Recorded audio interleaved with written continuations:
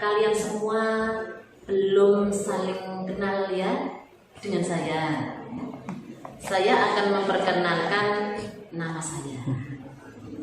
Nama saya tergantung di ini sudah ya, nama saya. Kemudian nama panggilan saya Bu Endra. Kemudian alamat saya, mungkin barangkali para peserta MPLS ini ada yang tetangga saya atau sedesa dengan saya atau sekecamatan dengan saya ya. Nama saya Bu Endra, alamat saya Glatik, RT 1 RW 5, Desa Watesnegoro, Kecamatan Morong. Saya sebagai guru di SMA Negeri 1 Morong.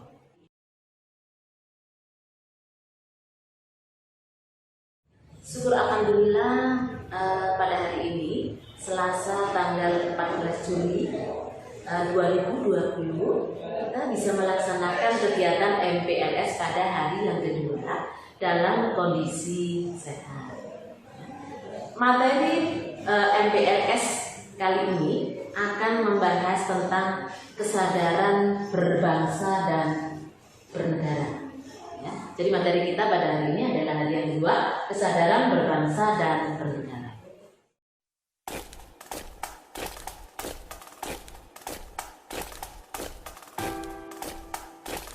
Saudaraku, saya Indonesia. Bukan karena pilihanku, tapi itu takdirku. Saya Cina. Saya pribumi. Saya Muslim. Saya Nasrani. Saya punya agama. Saya Indonesia.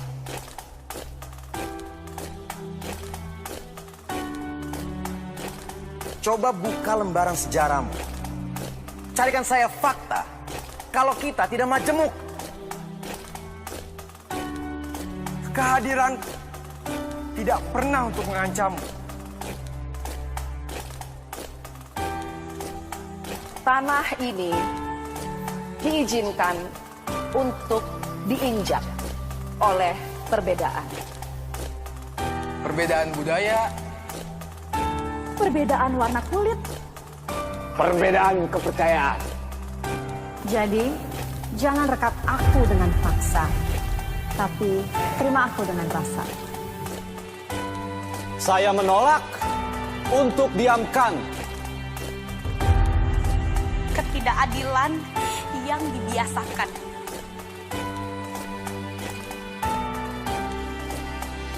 perlakuan yang dibedakan.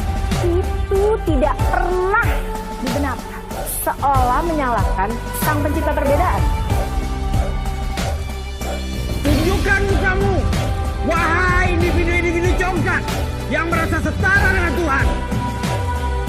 Kehadiranmu hanya diperlukan untuk menguji keutuhan kami. Tapi camkan ini. Kami akan berdiri dan bangkit membela saudara kami yang teraniaya oleh kaummu. Saudara ini sudah lama tertidur pulas. Bangun! Ayo bangun! Dengarkan suaranya.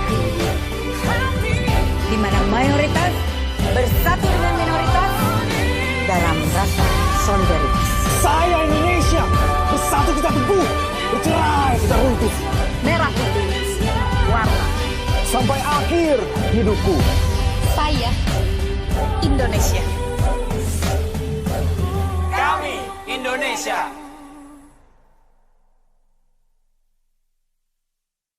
Nah, perlu kita ketahui bersama bahwa kesadaran berbangsa dan bernegara di era globalisasi ini banyak tantangan memang bagi negara kita.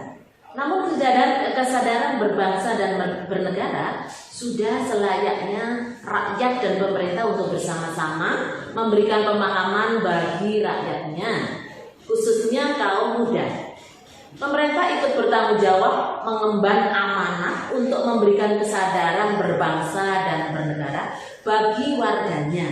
Bila rakyat bangsa Indonesia sudah tidak memiliki kesadaran berbangsa, ya, dan bernegara, maka ini merupakan bahaya besar bagi kehidupan berbangsa dan bernegara, yang mengakibatkan bangsa ini akan jatuh ke dalam kondisi yang sangat parah, bahkan jauh terpuruk dari bangsa-bangsa yang lain yang telah mempersiapkan diri dari gangguan bangsa lain.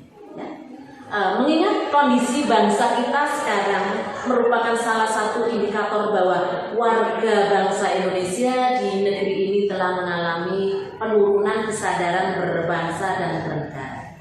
Hal ini bisa kita lihat dari berbagai daerah. Sering bergejolak diantaranya tawuran antar warga, ya, kemudian perkelahian pelajar, ketidakpuasan terhadap hasil pilkada, perebutan lahan pertanian maupun tambang, dan lain-lain. Kesadaran berbangsa dan bernegara mempunyai makna bahwa individu yang hidup dan terikat dalam kaidah dan naungan di bawah negara kesatuan RI harus mempunyai sikap dan perilaku diri yang tumbuh dari kemauan diri yang dilandasi keikhlasan, kerelaan, bertindak demi kebaikan bangsa dan negara Indonesia. Ya. Berbagai masalah yang berkaitan dengan kesadaran berbagai dan bernegara sebaiknya mendapat perhatian dan tanggung jawab kita semua. Ya. Sehingga amanah dari Undang-Undang Dasar 45 untuk menjaga dan memelihara negara kesatuan wilayah negara Republik Indonesia serta kesejahteraan rakyat yang dapat diwujudkan.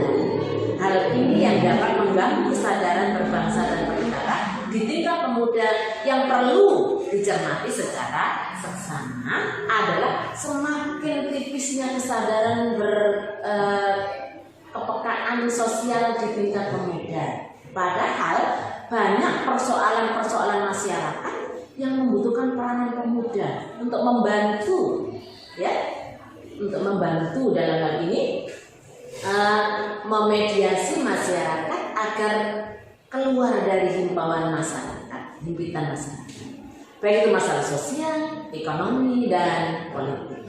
Karena dengan terbantunya masyarakat dari semua lapisan keluar dari himpitan persoalan, maka bangsa ini terutama tentunya menjadi bangsa yang kuat dan tidak dapat diintervensi oleh negara apapun. Karena masyarakat itu sendiri yang harus disejahterakan dan jangan sampai mengalami penderitaan. Di situ pemuda telah melakukan langkah konkret dalam melakukan bela negara. Indonesia, negara kesatuan yang terdiri dari beragam suku bangsa. Merdeka sejak tanggal 17 Agustus 1945. Para pendiri dan pahlawan bangsa rela berkorban jiwa dan raga demi memperjuangkannya dengan cara memukul mundur penjajah yang ingin berkuasa. Kitalah yang saat ini menikmati hasilnya. Hidup tenang, aman, tanpa ancaman dari para penjajah. Namun, akhir-akhir ini negara kita diusik oleh isu-isu yang melanda. Di antaranya, terorisme berkedok agama, demo yang berujung rusuh dan memakan korban jiwa, gerakan separatis yang meneror sejumlah warga, isu rasisme untuk mengadu domba, ditambah lagi dengan penyebaran hoax atau berita bohong secara sengaja. Itu semua adalah upaya untuk merusak persatuan kita, Indonesia. Ayo, warga Indonesia yang tua yang muda, lawan ancaman yang ada dengan tindakan nyata bela negara. Tapi, bukanlah sudah ada aparat keamanan yang menjaga negara kita? Tidak. Bela negara tak hanya kewajiban bagi aparat keamanan negara, namun hak dan kewajiban bagi setiap warga negara Indonesia.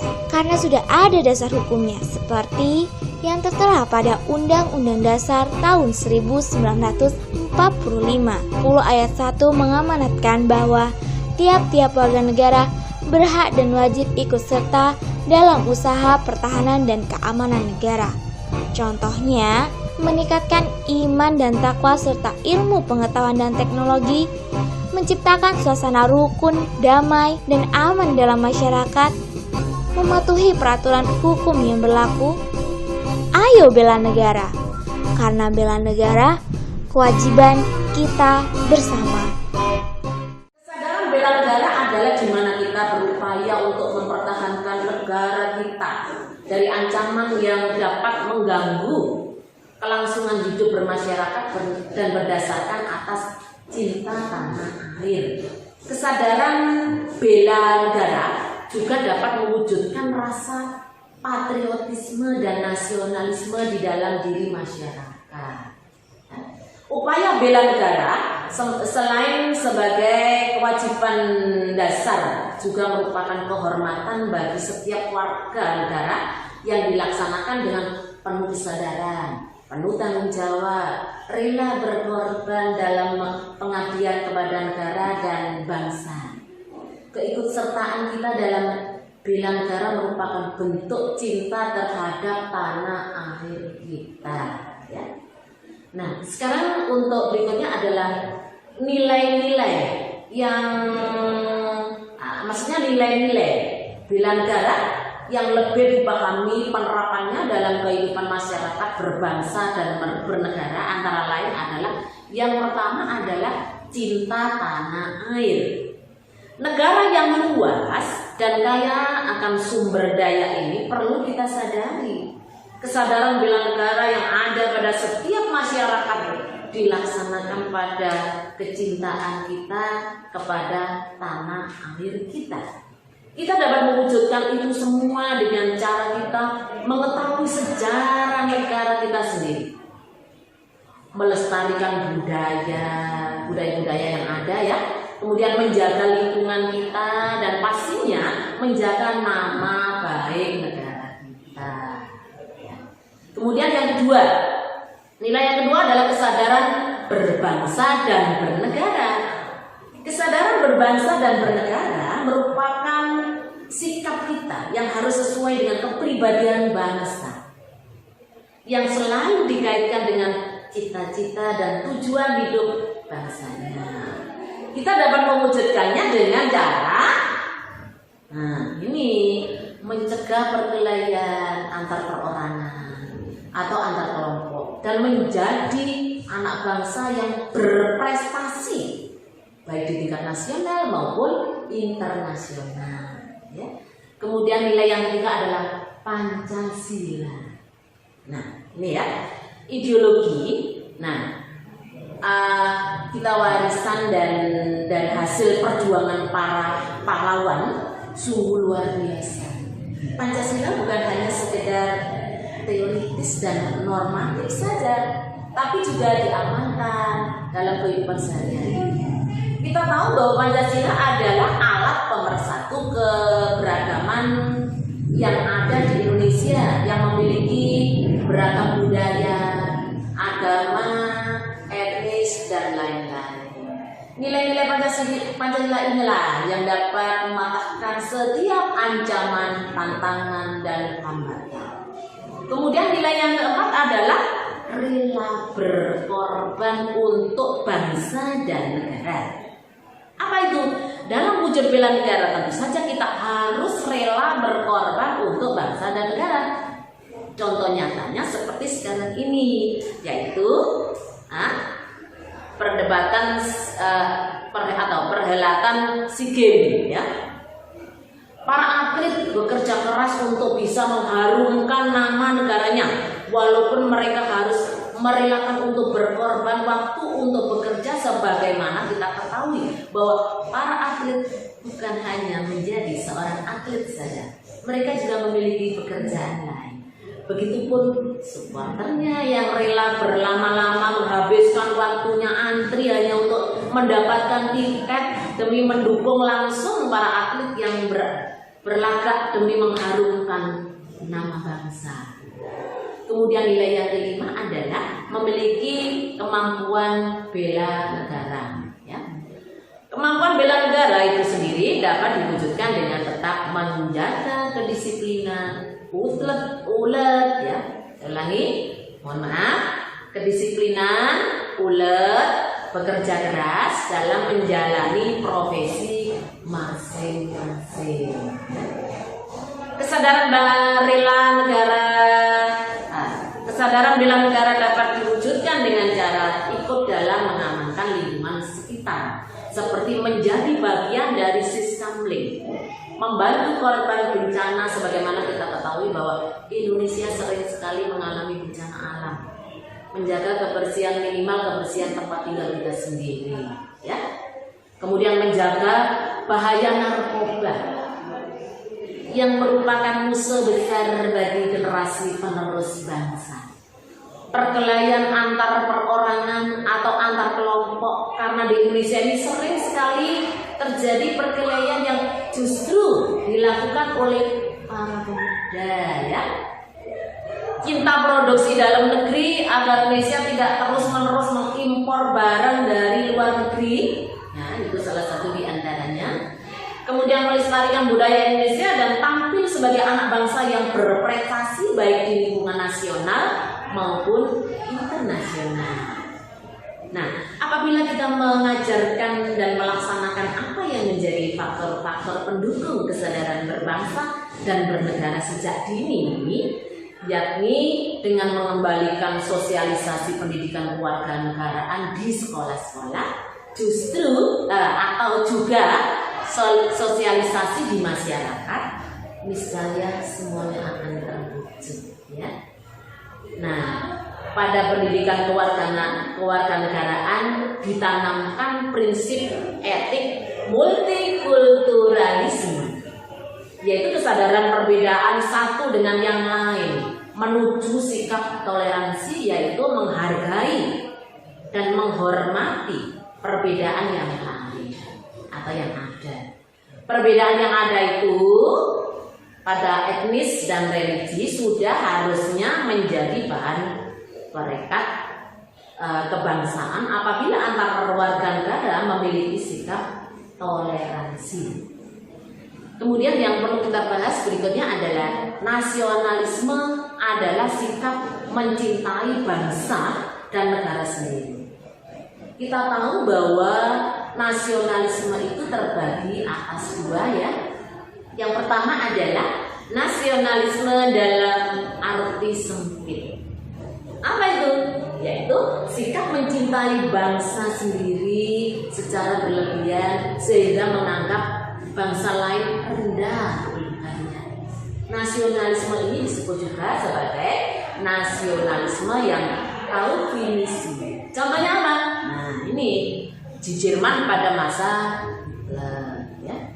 Kemudian yang kedua adalah nasionalisme dalam arti luas, yaitu sikap mencintai bangsa dan negara sendiri dan menganggap semua bangsa sama derajatnya. Adapun tiga hal yang harus kita lakukan untuk membina nasionalisme Indonesia adalah: yang pertama, mengembangkan persamaan di antara suku-suku bangsa penghuni Nusantara. Yang kedua, mengembangkan sikap toleransi. Yang ketiga, memiliki rasa senasib dan sepenanggungan di antara sesama bangsa Indonesia.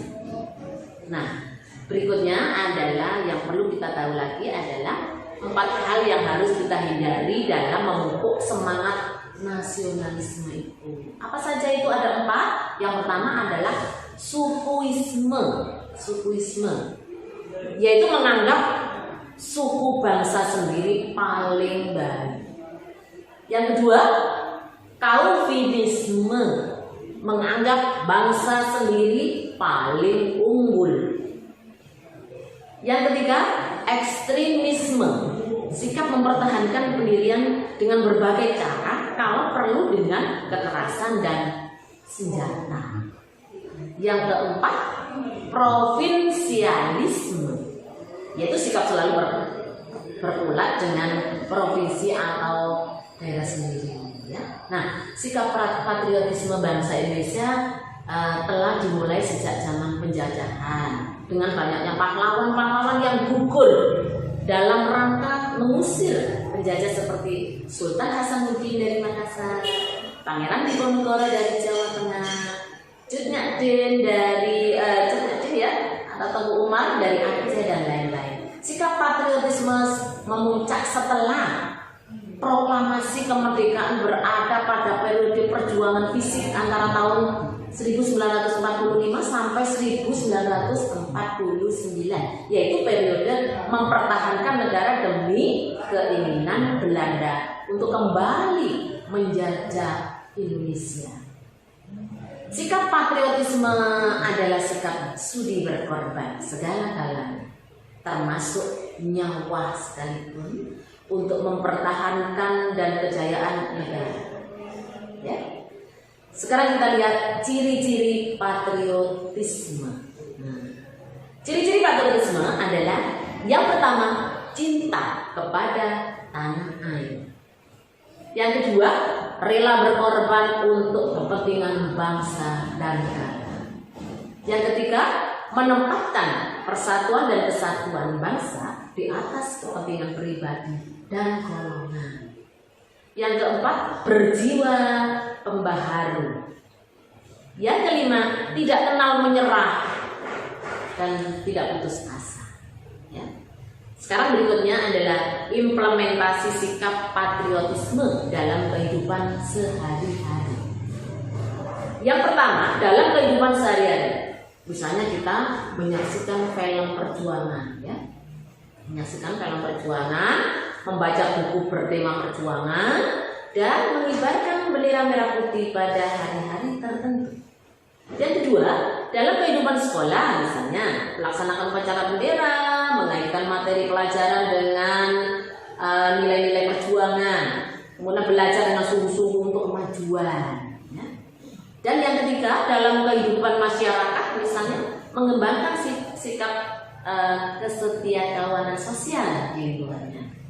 Kemudian memelihara kerukunan di antara sesama warga. Ya. Dan yang keempat adalah dalam kehidupan berbangsa, meningkatkan persatuan dan kesatuan, melaksanakan Pancasila dan Undang-Undang Dasar 1945, mendukung kebijakan pemerintah, mengembangkan kegiatan usaha produktif, mencintai dan memakai produk dalam negeri, mematuhi peraturan hukum, tidak main hakim sendiri, ya. Kemudian menghormati dan menjunjung tinggi supremasi hukum, menjaga kelestarian lingkungan. Nah, inilah beberapa hal yang bisa saya sampaikan pada pertemuan kali ini, yaitu materinya tentang kesadaran berbangsa dan bernegara. Semoga bermanfaat untuk kita semua. Dan saya akhiri, wassalamualaikum warahmatullahi wabarakatuh.